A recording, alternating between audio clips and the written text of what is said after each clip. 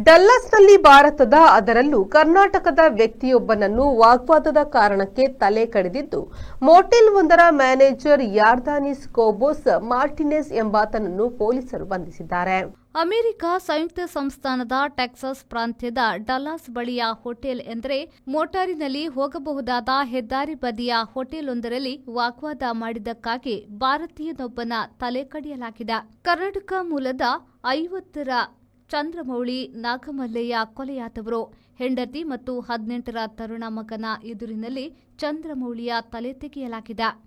ಈ ಸಂಬಂಧ ಪೊಲೀಸರು 37ರ ಯರ್ದಾನಿಸ್ ಕೋಬೋಸ್ ಮಾರ್ಟಿನೆಸ್ ಎಂಬುವರನ್ನ ಬಂಧಿಸಿದ್ದಾರೆ.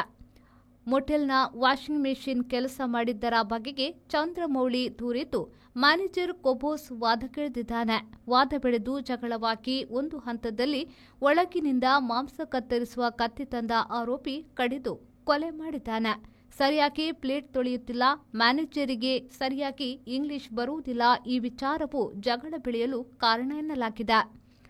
ಬಾಬ್ ಎಂದು ಕರೆಯಲ್ಪಡುವ ಚಂದ್ರಮೌಳಿ ಕುಟುಂಬವಲ್ಲದ ಡಲ್ಲಾಸ್ ಸುತ್ತಿನ ಭಾರತೀಯ ಒಳಿತಿಗೂ ದುಡಿಯುತ್ತಿದ್ದ ಎಂದು ಹೇಳಲಾಗಿದೆ.